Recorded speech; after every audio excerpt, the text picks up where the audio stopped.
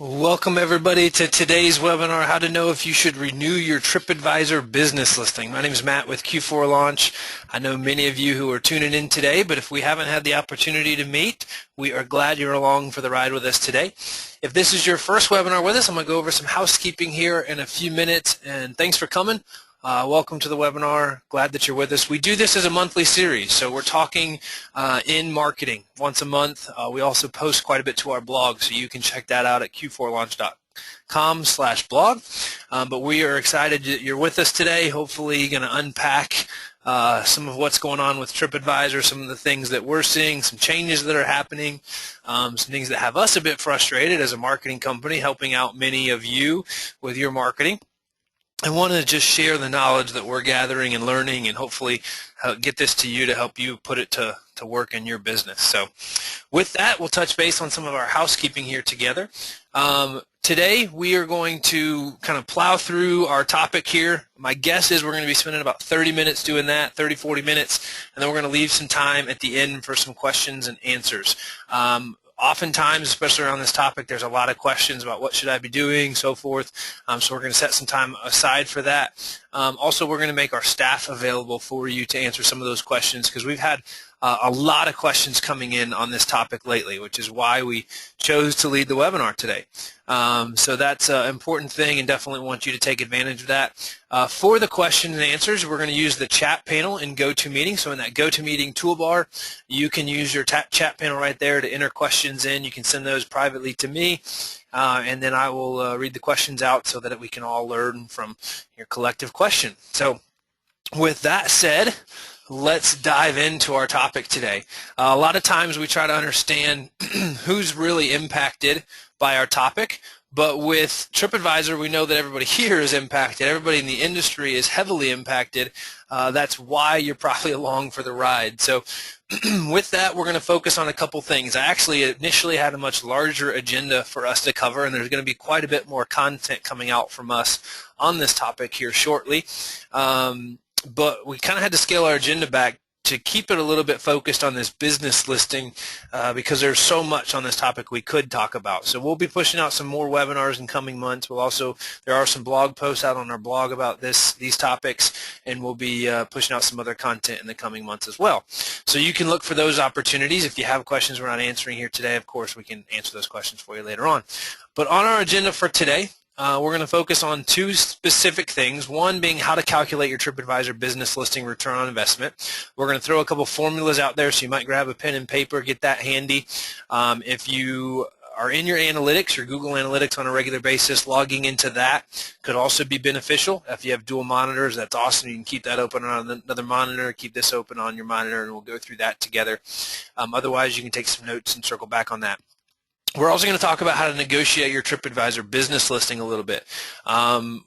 This is something we've been able to successfully help several of our customers with, and I'm going to give you a little coaching that we've given to them on how to do this. A lot of this is stemming out of some changes, though, that are coming in the whole scheme. And one of those changes that we're seeing, and one of the things that has me most frustrated, and I have Charleston, South Carolina pulled up here as an example. This is a screenshot of a search that I ran this morning looking for a bed and breakfast in Charleston, South Carolina. There's 42 B&Bs and inns listed in Charleston, South Carolina. Very competitive market space, very bed and breakfast centric market space. And this was the first thing that came up for me. And it was the Palmer Home Bed and Breakfast. And it's first on the list. And I emphasize the fact that it's first on the list because if you look, it's actually number 18 of 42 Charleston B&B and inns. So it's not even close to being number one in Charleston. It's number 18. But somehow it's gotten its way to the top of the list. And we've all spent and talked about, and you've probably heard me talk about the importance of having a 5-star review strategy as a way to drive your way up the TripAdvisor listing by getting good quality, good 5-star reviews from your guests. But unfortunately, TripAdvisor has made a decision that they would rather serve the guests, those that are paying to play, as opposed to those that are necessarily earning their way there as the best option. So in these search results, they are pushing the people that are willing to pay more to get here than those that aren't. And they do this, it's not like you actually pay someone to rank you high, right? It's not that, or it's not buying reviews, but it's paying to get here by listing yourself on the OTAs or using Trip Connect. So the Palmer Home Bed and Breakfast, and if you're on the call, this is no meant to be offense to you. It's a strategy by all stretch of the imagination, and it's more talking about what TripAdvisor has going on.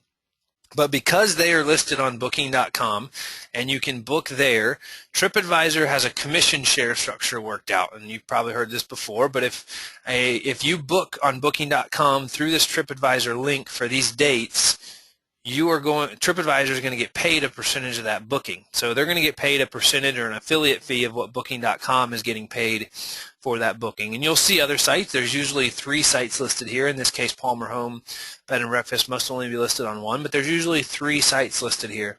And instead of listing the #1 property in Charleston or the #2 property in Charleston here in the order that you're actually ranked, like they used to, and many of us are used to seeing, in many cities, they're now ranking the properties that are paying to play, the properties that are listed on OTAs, the properties that allow direct bookings on TripAdvisor, and the properties using Trip Connect.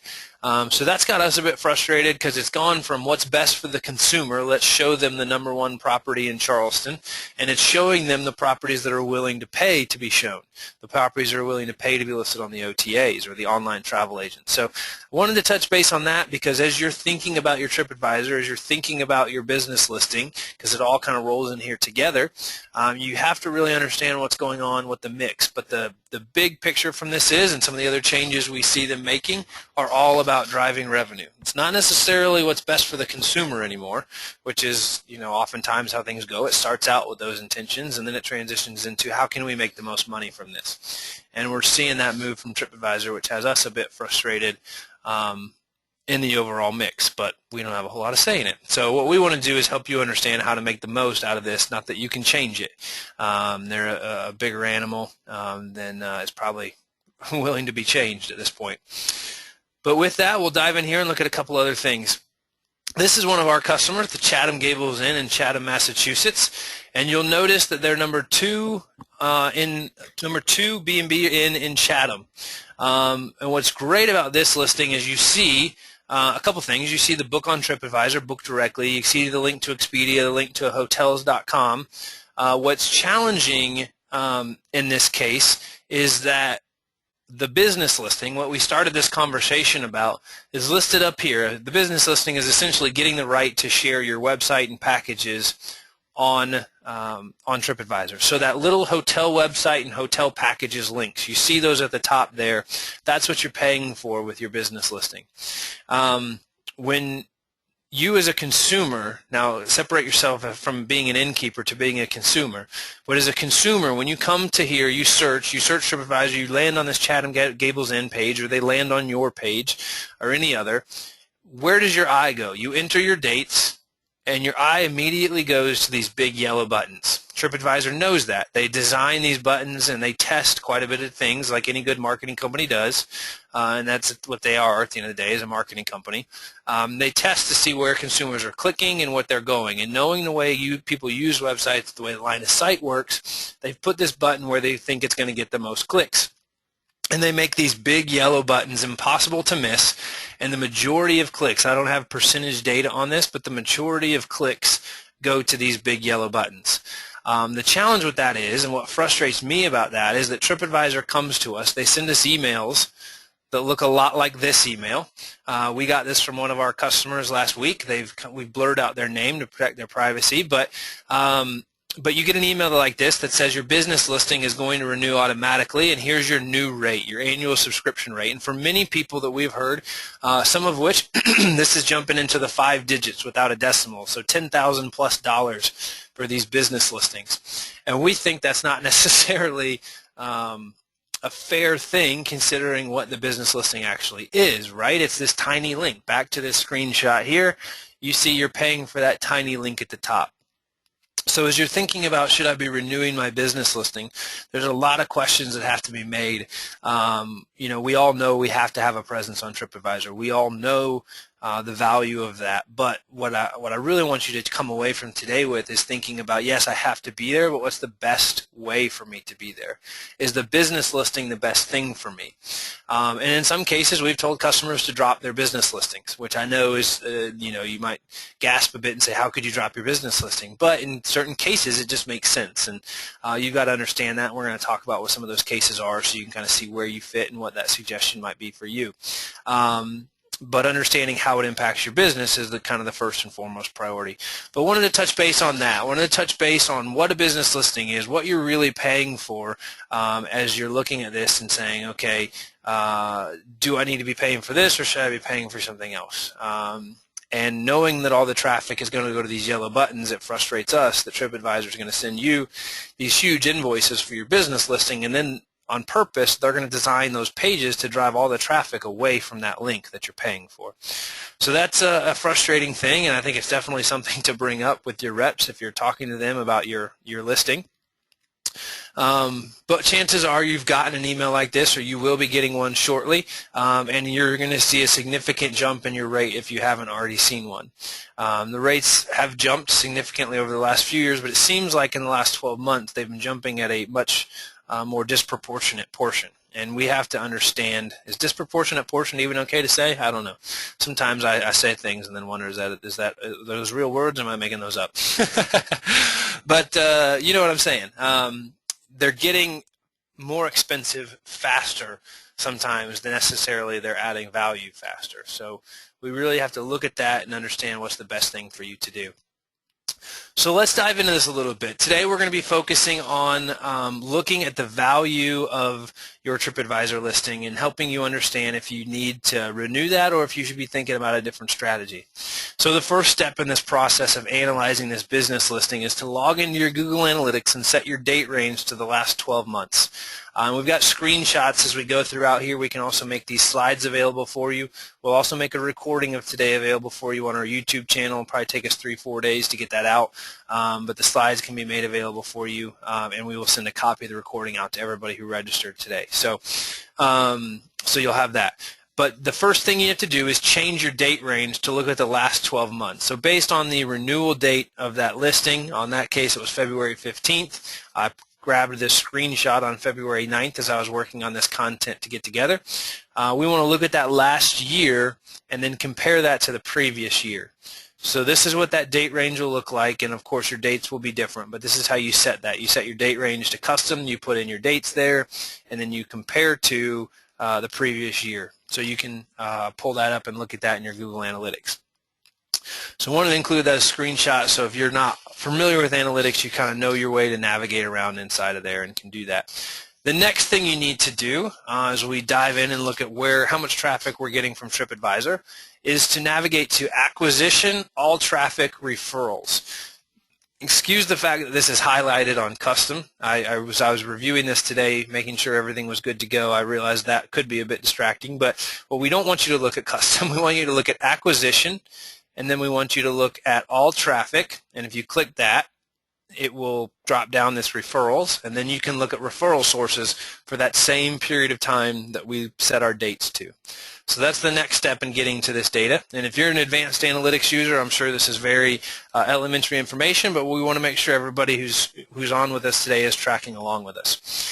The next thing, once you get to this screen, you're going to see a screen that looks kind of like what I've got on my screen here, this partial screenshot, and then you're going to see a list of all of your referral traffic sources. Below what I've cut off here, I've kind of cut that part off, again, to protect the privacy of the referral sources on this particular account. But you will see those referral sources listed here, and you'll see TripAdvisor listed here as one of those referral sources.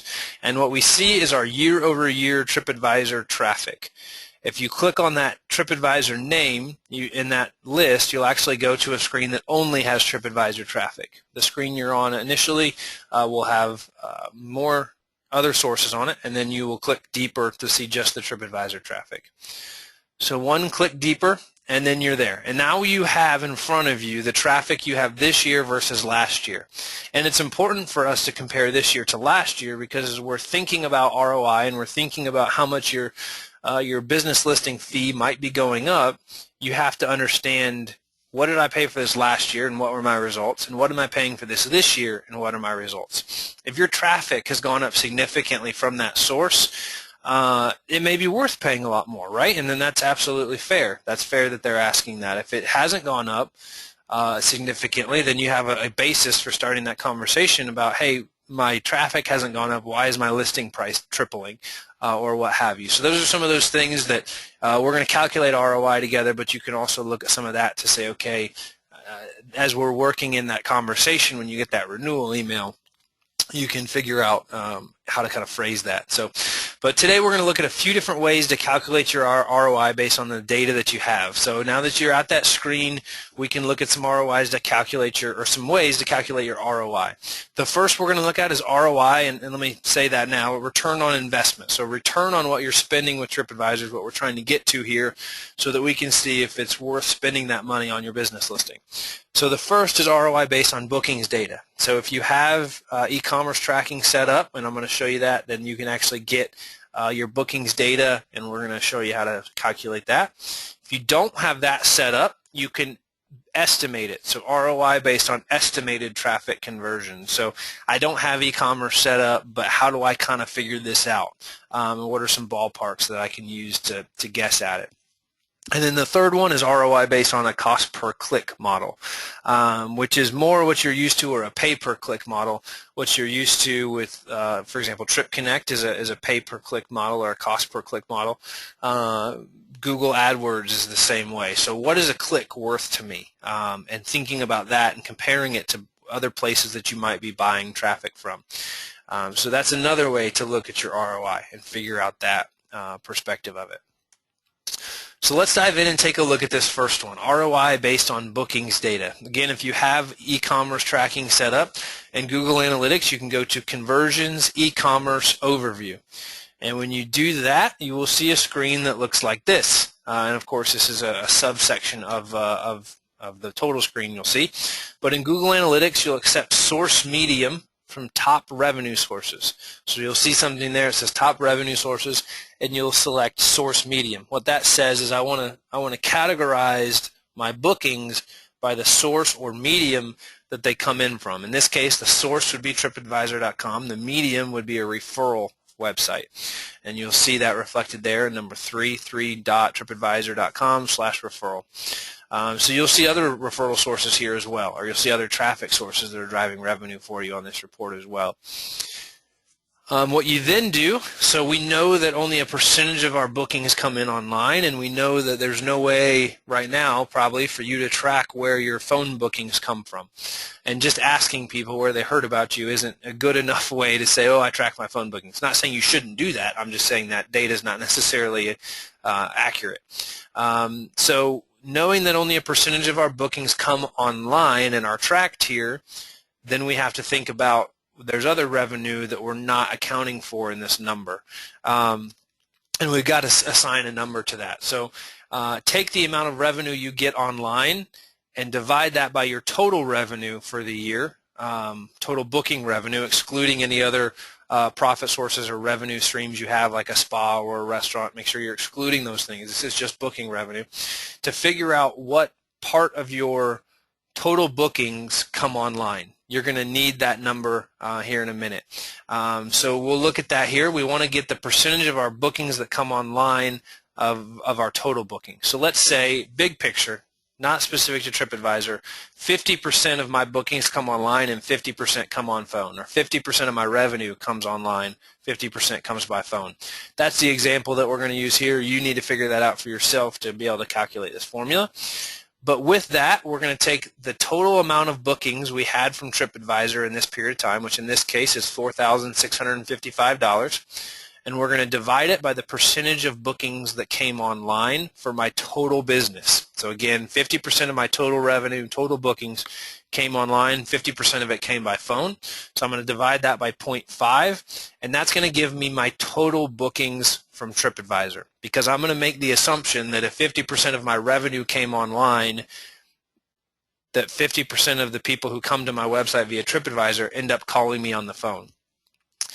That's a safe assumption to use. It's not perfect either. Like there's other factors, other things that go into that. But you've got to make some assumptions here to get to a number. So that tells me that my total bookings from TripAdvisor were $9,310, which you see on that next line. That's online bookings that I tracked, and that's phone bookings that I couldn't track, an estimation of those. And to figure out your ROI, you're going to take your total bookings, the $9,310 from TripAdvisor, and divide that by your business listing expense, and you're going to get your return on investment.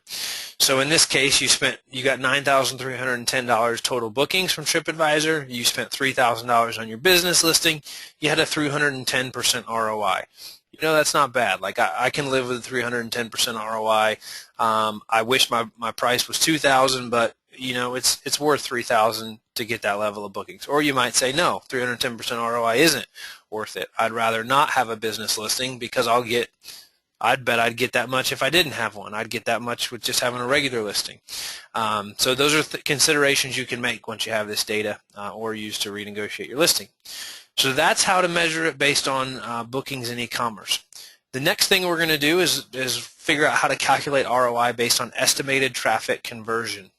And this is a tough thing to measure sometimes because we all, want to get an idea of what our conversion is, and some of this is going to come from understanding how much of your business comes online versus comes by phone as well. But let's say that you're tracking e-commerce and you know your e-commerce conversion rate, and it's 1.5%. So 1.5 of your visits actually make a booking. And 50% of your bookings come online and 50% come by phone. It's safe to say that 3%, because I'm doubling it, 3% of my total traffic converts into a booking. So based on that, we're going to use that number to get your estimated traffic conversion here. So if you had 2,682 visits, which is what came from that example I showed, and you divide that by a 3% conversion ratio, or you multiply that by a 3% conversion ratio, depending on how you use your decimal point, you're going to get 80 bookings. So 3% of 2,682 is 80. And then that 500 on the screen there represents what my average booking is. So I got 80 bookings I'm estimating from my TripAdvisor traffic, and my average booking was $500. That means I got $40,000 in bookings from TripAdvisor. That's a big number. That's a significant ROI, as we're going to see in this next step. And that 3% number we get to because we believe that traffic coming from TripAdvisor is higher qualified or higher quality than traffic from other sources. For example, different traffic sources all have different levels of quality. Email marketing traffic, very high quality traffic. They're your past guests. They're the people most likely to book with you again because they've booked with you in the past. So we aren't assuming a 3% conversion rate across the board. We're assuming that from TripAdvisor because it's higher quality traffic. And if you don't want to figure out what your conversion rate is, using something between 1 and 3 is probably a pretty fair conversion rate based on how high of a quality source of traffic you think that is. So that's something you can kind of skip that part of the step if you don't want to calculate that. So in this case, we've calculated or estimated that the traffic TripAdvisor sent us converted into 80 bookings at an average booking of $500. We got $40,000 in business. Using our same formula from last time, $40,000 in total bookings divided by a $3,000 business listing expense gives us an ROI of 1,333%. I like that number a lot better, right? I like that better than 301%. But it's estimated. It may not necessarily be quite as accurate. So just another way to look at it, depending on what data you have at your fingertips. And then the third one here is an ROI based on a cost per click model. So in this case, we say, okay, based on how much I spent on my TripAdvisor business listing, which in our example is $3,000, and based on the number of visits I got, which is 2,682, I can figure out my cost per click, which is $1.12. So 3,000 divided by 262 equals $1.12. So then you can use that to compare that to other sources that you might have traffic from. You may be using Google AdWords and buying traffic there. You might be using TripConnect and buying traffic from that source. But then you can start putting this kind of in perspective of other places you're buying traffic. I personally think traffic that you're getting from TripAdvisor is probably going to be higher quality traffic than what you're getting from AdWords.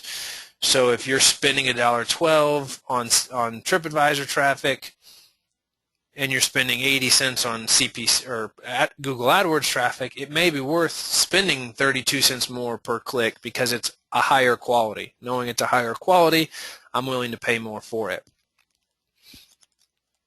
So that's how you would do it based on a cost per click model. It's not necessarily a straight ROI. You'd have to kind of take some other steps there to get to that. But it gets you an idea and it gives you that comparison to be able to compare it to some other models. So that's one way to look at it as you compare it to other places that you're allocating your marketing budget. So next thing we're going to talk about is how to negotiate your TripAdvisor business listing. And this is a bit controversial in some senses. I questioned whether we really wanted to have this conversation, but I figured, what the heck, I don't really care. I don't really care necessarily who's mad at us about what we tell and who we're coaching on how to negotiate things.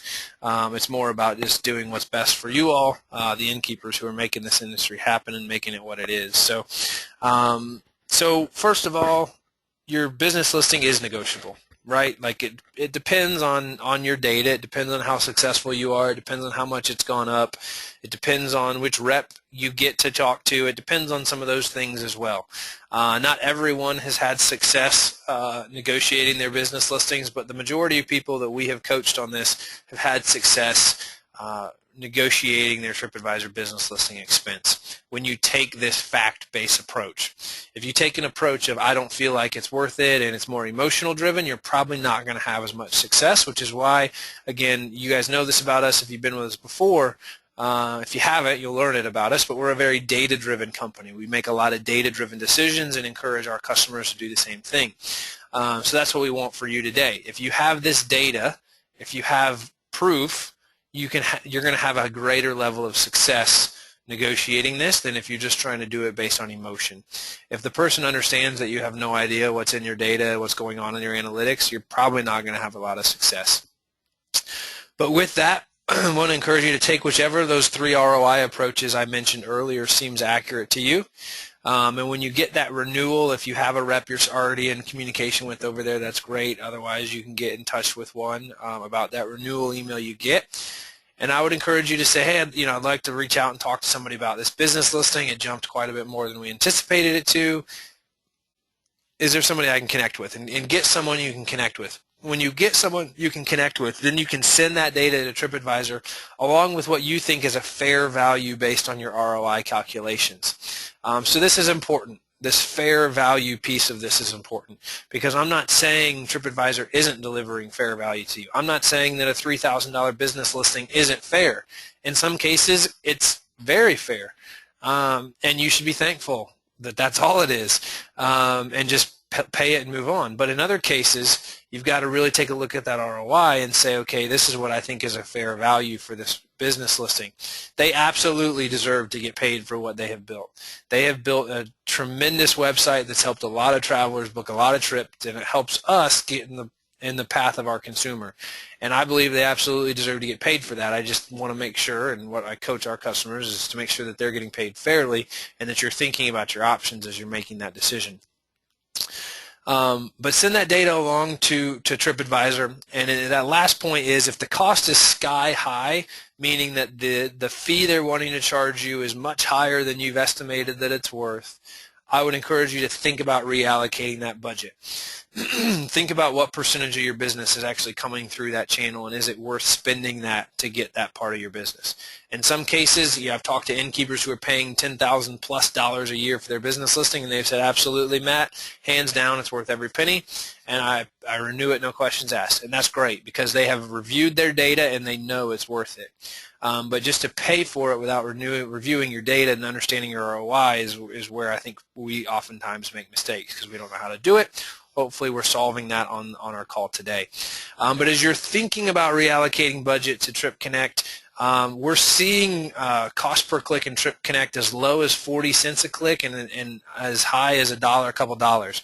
If you are listed on OTAs, meaning that Booking.com, those people are bidding on your name as well, your cost per click using Trip Connect is going to be higher than if you're not on those sources. So that's something to think about. But if we look back at that slide I had early on, and I should have put it in at the next slide of my presentation here today. But if we look back at that, you will see that that specific link, that Trip Connect link, is worth a lot more, in my opinion, than your business listing link, because that Trip Connect link is what's going to get clicked much more often. I think I actually might have an example.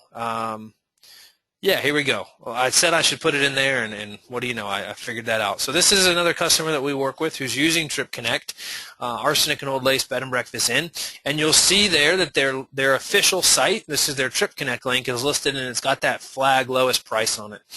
So there's a whole strategy we could talk to about Trip Connect and how do you position to get the lowest price, because the lowest price is going to most likely get the majority of those clicks. But in this case, Doug has done a great job managing this, and the majority of those clicks are going to go to that first listing because it's the lowest price there, which means the majority of those are going to go straight to that, straight to his website, which is really valuable. And he's seen a significant boost in traffic as a result of that listing there.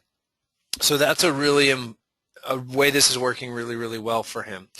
So that's what that would look like. That's how you would get that traffic using Trip Connect, is you'd get that official site link, you get the opportunity to put your price, manage your inventory on there, and get that traffic coming back to your website. So that is what that looks like. And then the next thing we want to help you guys understand is, one, should I renew my TripAdvisor business listing? I said I was going to talk about some scenarios and cases where we have recommended that you don't. And then we're also going to talk about should you be on Trip Connect. So first of all, let me talk about a few scenarios where we would recommend not renewing your business listing. If you are in a destination that is not highly competitive, we have a customer who is outside of a highly competitive destination, but they're about 30 miles outside that destination. Because they're about 30 miles outside that destination, they could never get listed in that destination. So let's just say that destination's Indianapolis. To use an example, if anybody knows Indiana, you'll go with me here. But Indianapolis, a lot of people go to Indianapolis. A lot of people travel to Indianapolis. But if I'm 30 miles outside of Indianapolis, I could be in Anderson, Indiana. So my actual address is Anderson, Indiana. Nobody travels to Anderson, Indiana. If anybody's from there, I apologize, but it's a hole in the wall. Nobody go there. It's not a great place to be on vacation. There's nothing to do there. So in this case, Anderson, Indiana has very little competition from a bed and breakfast perspective, whereas Indianapolis has a lot. They're 30 miles apart, but I'm never going to get listed for Indianapolis because I'm in Anderson, Indiana. Knowing that, and knowing that I am the only game in town in Anderson, Indiana, or I'm one of the few games in town in Anderson, Indiana, I would not recommend that you renew your TripAdvisor listing, because you are not in a competitive market space. You're going to be on the top of the list because the list is really short. It's 1, 2, 3 properties. So that's how you can kind of figure this out. If your list is short, you're not in a competitive city, you can probably let that TripAdvisor business listing go, because even people who find you are going to find you they're going to Google your name, they're going to find your website other ways because it's less competitive. Now the flip side to that, if you're in a highly competitive market, Charleston, South Carolina, Savannah, Georgia, pretty much the entire Northeast where there's a bed and breakfast on every corner, if you're in these highly competitive markets, you have to be more aggressive with your marketing strategy. In that case, you probably need to have a TripAdvisor business listing and continue to pay that renewal fee. I say probably because it's very much a case-by-case thing. The other scenario where you may not need it is if you are in a competitive market space, but you are dominating that market space. You're number one on the list, and your competitors have not chosen to enroll in Trip Connect or enroll in the OTAs to get ahead of you. So if you are still at the top of that list, you may not need to renew your TripAdvisor business listing because you're the number one. You're going to get a lot of traffic. You might not need to spend that money on renewing that.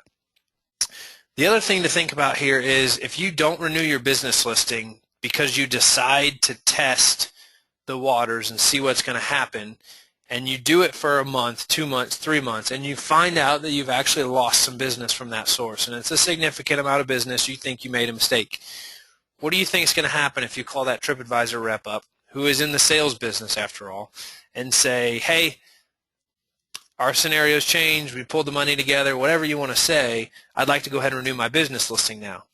I guarantee you they will take your money. They would be happy to take your money. And they may, when you're going down that road, I wouldn't say that's your strategy, because they're going to tell you, well, you're grandfathered into this old pricing, and if you come back and renew later, it's going to be higher. That's a risk you take, but my guess is if your listing has gone up significantly, you're not really getting much of a discount on that anyway. So in those cases, if you're questioning whether or not you should renew, that might be an opportunity to say, let's take a 3-month hiatus. Let's really analyze our data. Let's know what's going on here, and then we can 3 months later make a data-driven decision. Was this worth it or was it not? And I think sometimes you'll realize that it wasn't necessarily worth it.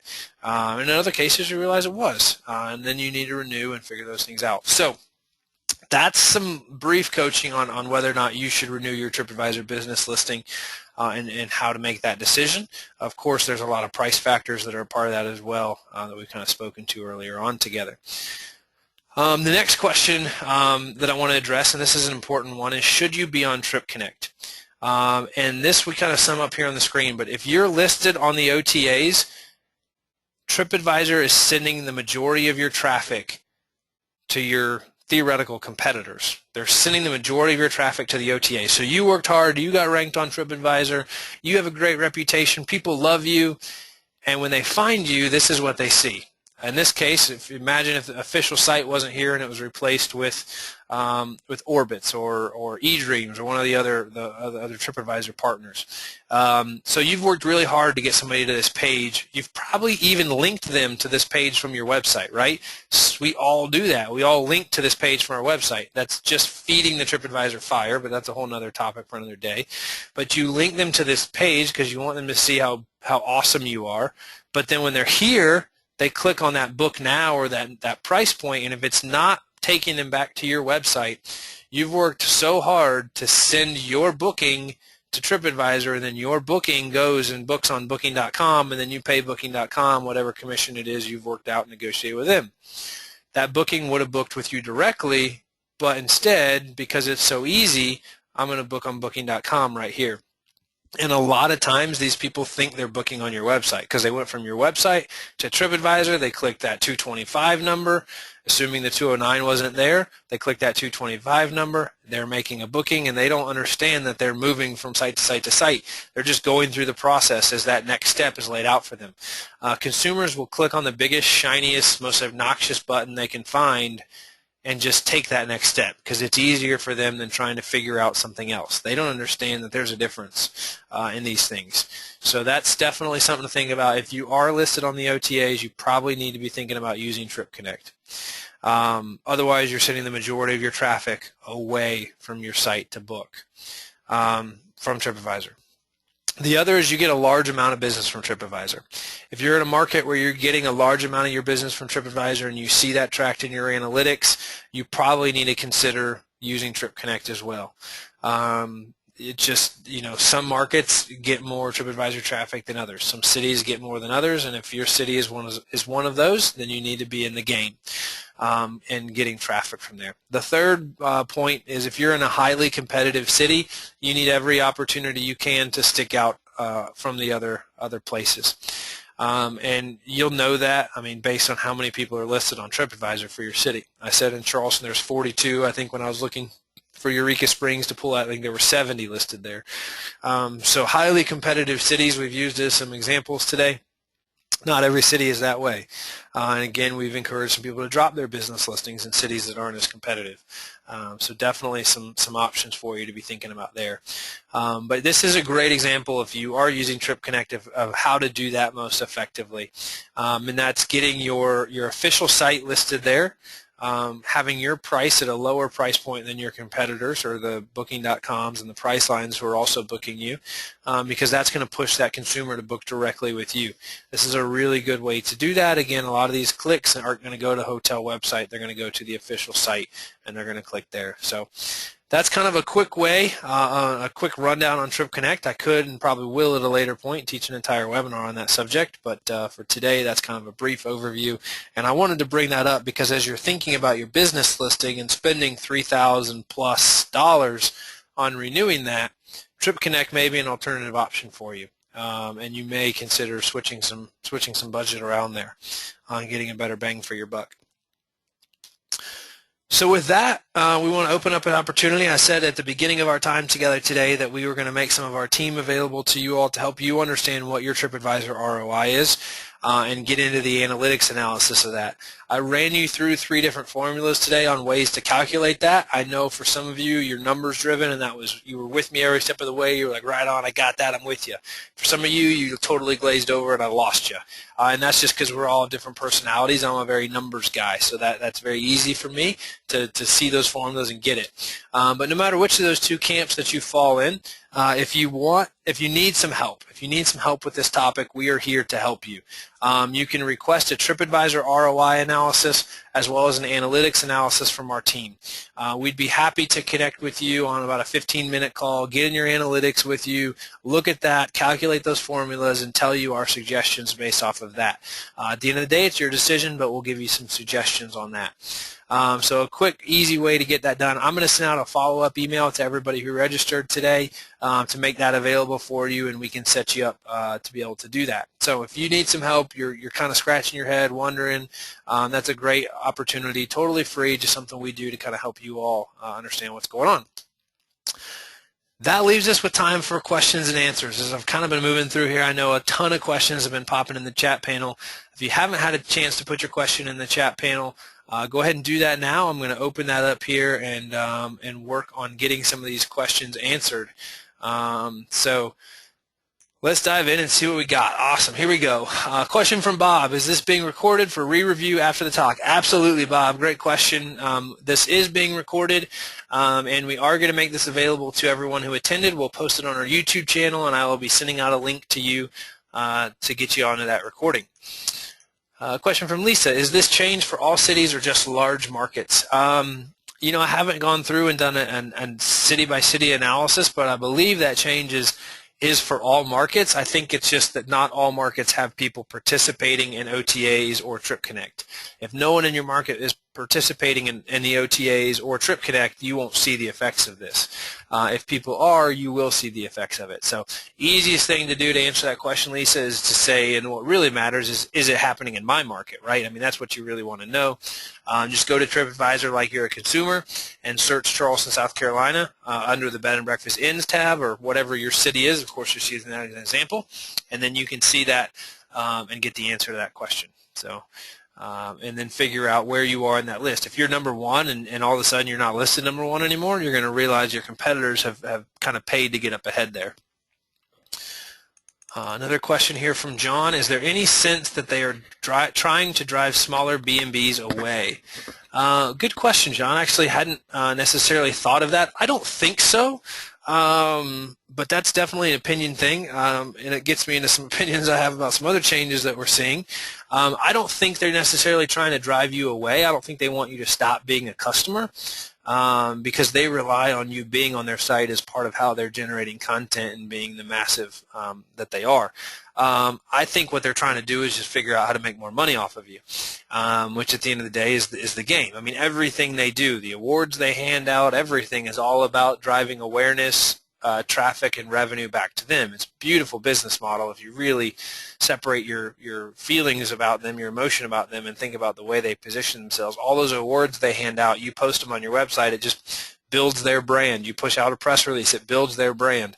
Everything they do builds their brand. It feeds that storm. So it's they're really, really good at what they do.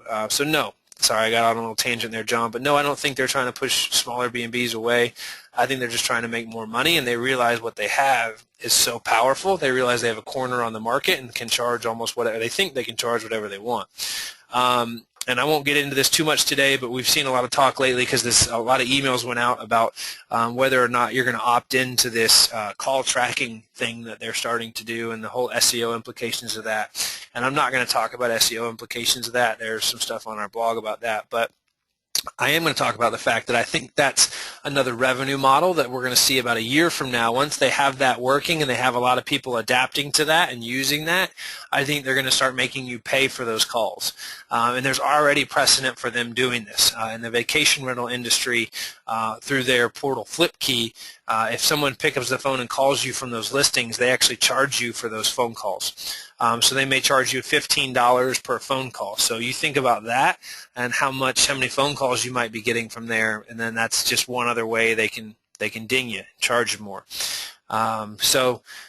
That's Matt Bear's speculation. Like that's what I see kind of as the writing on the wall from this move and why they're really doing it. Yeah, I think they want to be able to track more. I think they want to be able to track more and tell you more, but they're not having an issue of communicating value. Like everyone knows they're driving value. So I think there's something else at play there, and I think that very well may be what it is. Question from Nancy: is your 3% conversion rate an industry standard? Where does this come from? Appreciate that question, Nancy. It's not necessarily an industry standard. It is a guesstimate. It comes from our experience. It comes from what we see in analytics multiplied by how much that online versus phone bookings. Comes from the fact that TripAdvisor is a high-quality source of traffic. So it is an estimate. But somewhere between 1% and 3% I think is a fair estimate. And then you can look in your own analytics or take advantage of the analytics analysis to maybe get a better feel for what your actual conversion ratio might be and help you figure that out. So hopefully that helps. Question from Debbie here: the business listing fee seems to be all over the board for inns. Are they looking at the number of rooms? Good question, Debbie. Honestly, I don't know what they're looking at to determine it. It is all over the board. If I click back over here, and go back to that email, give me a sec, you'll get to see how fancy Prezi is here, and boom, here we go. Awesome. So if you look at this, I know it's a little blurry because we blew it up to make it to fit the screen, but this shows the new rate annual subscription, then it shows projected business listing booking revenue, and it gives you a forecasted amount. So they're forecasting this amount. I believe it's based off of this, and there's this how we calculate this link here. You could click on that email. You also get an email from them most likely every month that shows data like this that says, hey, this is how many views you had, this is the estimated ROI or estimated value we anticipate. So what I think they're doing is looking at how much value they're generating it for you and basing it off of that type of formula. But I haven't analyzed that though, Debbie. It'd be a really interesting thing to analyze and take a look at across our customers and see what that is. So thanks for that question though. Awesome. Question from George: are copies of your pitch available? Absolutely. I can send you the slides from today. It's not slides like you're used to with PowerPoint. We use Prezi. It's a little bit of a newer, more technologically savvy solution. But you can see this kind of with all this motion and stuff. I can send you a link to that. As I mentioned, we'll also have the recording available on our YouTube channel. So check that out. Question or statement from Karen: I dropped my business listing over a year ago. Can these formulas work for me to renegotiate? Karen, they absolutely can, but these formulas assume you have some data on your traffic from those sources. So if you've dropped it a year ago or so, you'd have to go back, hopefully, and you have this data in your analytics to see when you did have it, how much traffic were you getting. So that's you kind of have to have some data to be able to plug into these formulas to make them work. But if you have that data, you can absolutely use to renegotiate it. The challenge might be that the data is pretty outdated, so I don't know how accurate it would be. But Karen, that might be a good thing to connect with our team on too, and just get a little bit of guidance on that to see your unique situation, because that sounds like a very unique spot, and I'd really want to look at your sitting in your analytics to be able to give you a more complete answer to your question. Awesome. Something here from Bob that looks like it'll be helpful for all of us. Bob said, we argued with TripAdvisor successfully, or negotiated, not want to make it a combative thing, but we negotiated with TripAdvisor successfully by comparing cost per click on their referrals compared to cost per click with other sites like hisstate.com. And I say his state, I'm just leaving that out there, but the local state website brought more absolute clicks, and the cost per click was about 15% of TripAdvisor's cost per click. Awesome. Thanks for sharing that. Thanks for sharing that tip, Bob. That's, again, just kind of drawing to using one of these strategies, using that cost per click strategy to renegotiate your listing. If I was on the TripAdvisor side of that and I was the TripAdvisor sales rep, I probably would have made an argument that traffic you were getting from me was much more higher qualified than traffic you were getting from your state, and they very very well may have made that argument. But great success story about Bob being able to renegotiate that listing based on that strategy. Thanks for sharing that, Bob. Got a question here from George. Suppose you're working on a new customer and as promised you are making a significant difference in their awareness, interest, and conversion for their inn, but of course many people these days always want to check to see what TripAdvisor says about the inn. So while your work is driving success, yet doesn't seem like TripAdvisor is going to really capitalize on it. I'm not quite following your question there, George. So maybe shoot me an email afterwards and we can connect on that. I'd be happy to help answer that for you. You know, I know your situation pretty well, so I would say that you definitely have driven a lot of interest and awareness for your property. But I'm not, let me reread it here, see if I can figure this out. So while your work is driving success, yet doesn't seem like TripAdvisor really capitalize on it. Yeah, I'm not quite following you. So reach out to me and I'll be happy to coordinate with you to figure that out.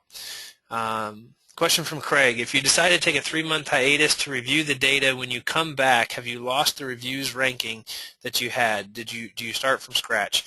Great question, Craig. If you take a hiatus, I'm not talking about deleting your profile from TripAdvisor. I'm talking about taking down your business listing. If you take down your business listing, all you lose is that link. If we look back here, you just lose that hotel website link at the top. Let me get back over to that. If you lose this hotel website and this email hotel ability, I think you might lose that phone number too. But if you drop your business listing, that's what you lose. Your profile stays up. Your reviews stay up. Your ranking stays up. Everything stays up. So all you're risking losing is your ability to put this up here. You also, I believe, lose the ability to put specials up here. So those are some of the things you'd be losing. But you just lose the advantages of the business listing. You don't lose the whole listing. So no, you wouldn't start from scratch. Great question and good point of clarification. Question here, if we don't use the OTA, should we use TripConnect? Maybe. It's so situational. It's so city by city. If you're in one of those highly competitive markets, and I think remembering the market that this particular inn is in, I don't think you're in a highly competitive market. I think you're a little bit more remote and kind of a ski destination area, if I remember right. But you know, if you're not in a highly competitive market, I would say you probably don't need to use TripConnect. But Steve, if you want to email me, I'd be happy to answer that question more directly for you and look at your market so that we can answer that and give you some more specific guidance to your market. Another question from Debbie. I know that you did not discuss this. What about TripAdvisor substituting a phone number for yours and then direct the calls to you? I touched on that briefly there at the end, Debbie. You probably asked this question before I touched on it, but that's the new call tracking they're trying to do. It's not necessarily a bad thing. I don't think it's going to hurt your SEO, but it could hurt your SEO, but most likely won't. But I think that's really setting them up down the road to be able to start calling for inquiries or calling for leads, or excuse me, charging for leads, charging for calls. So they're not doing that now. They're giving it away for free, but as we've seen with Google and many other technology companies, we give it away for free for a year as our beta test to gather data, gather information, and then we start charging for it. So it could be that they start charging for that overall, and they start charging for every call that comes in. Question from Linda: can you pay for TripConnect without paying for the TripAdvisor? I assume you mean TripAdvisor business listing. Linda, I don't know, because everyone that we have set that up with also has a business listing. As I was teaching, I actually thought about that and whether you could do that. So I don't know is the answer. You'd have to check that out. Every time we've set up TripConnect, it is something that that they already had a business listing, so I didn't have to figure that out. But that's something I need to figure out so I can answer that question in the future. But I don't know. If you're not on TripAdvisor, try logging in and setting it up, and you'll find out pretty quick the answer to the question. Or ask somebody on support over there. So. Awesome. Well, that's got to the end of our list of questions so far. I'll hang out a few more minutes if anybody has any more. Oh, one just popped in here.